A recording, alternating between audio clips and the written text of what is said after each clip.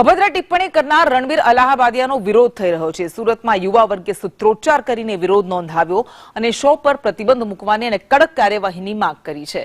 Police કડકમાં કડક કાર્યવાહી કરે તેવી યુવા વર્ગ અપીલ કરી રહ્યો છે। રણવીર અલાહાબાદિયાએ આ ઇન્ડિયાઝ ગોટ લેટેન્ટ નામના શોમાં અભદ્ર ટિપ્પણી કરી હતી।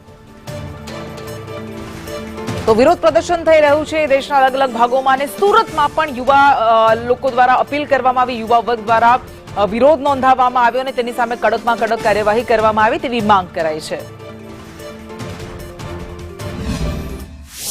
એક શોની અંદર રણવીર ઇલાહાબાદિયાએ માતા પિતાને લઈને અભદ્ર ટિપ્પણી કરી હતી ત્યારે દેશભરમાં રોષ ભભૂકી ઉઠ્યો છે। ત્યારે સુરતના લોકો છે શું કહી રહ્યા છે, આપણી સાથે સુરતના કેટલાક નાગરિકો છે તેમની સાથે વાત કરીશું। બેન, આ રીતની માતા પિતા માટે અભદ્ર ટિપ્પણી કેટલી યોગ્ય, કઈ રીતની સજા થવી જોઈએ આવા લોકોને?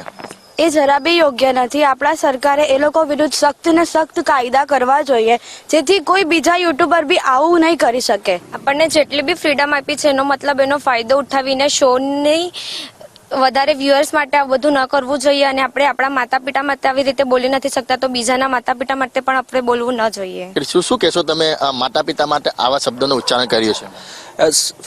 स्पीच ऑफ फ्रीडम है, लेकिन इतनी भी स्पीच ऑफ फ्रीडम नहीं होनी चाहिए कि आप समाज में अश्लीलता फैलाओ। ऐसे माता पिता के विषय में ऐसा बोलना बहुत ही अश्लीलता बात है। વિચારી નથી શકતા એવા શબ્દોનો ઉચ્ચારણ સ્ટેજ પર બેસીને શોમાં કરવો।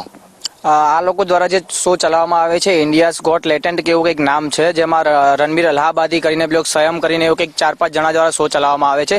આ શોમાં મહદઅંશે બહુ ખરાબ વસ્તુઓ કરવામાં આવે છે, બહુ ખરાબ ટિપ્પણીઓ કરવામાં આવે છે જે ખરેખર અયોગ્ય છે। એનાથી આવનારી પેઢીઓ પર ખરાબ અસર પડી શકે છે અને જે યંગસ્ટર હોય કે વિદ્યાર્થીઓ હોય કે બાળકો હોય જે આ વસ્તુ જોવે છે।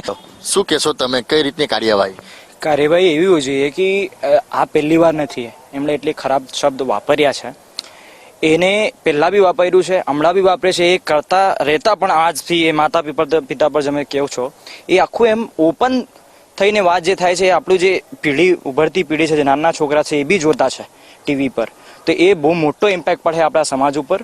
તે જે ભારતીય સંસ્કૃતિને લજાવતા હોય છે, એક દાખલારૂપ કાર્યવાહી કરવામાં આવે જેથી કરીને બીજી વાર આ પ્રકારના શબ્દોનો કોઈ પણ પ્રકારનો જે કોઈ કહેવાય યુવક છે તે ઉચ્ચાર કરતા પણ 100 વાર વિચારે તેવી માંગ કરી રહ્યા છે। કેમેરા પર્સન ભૂષણ ચૌધરી સાથે મનીષ પરમાર, સંદેશ ન્યૂઝ, સુરત।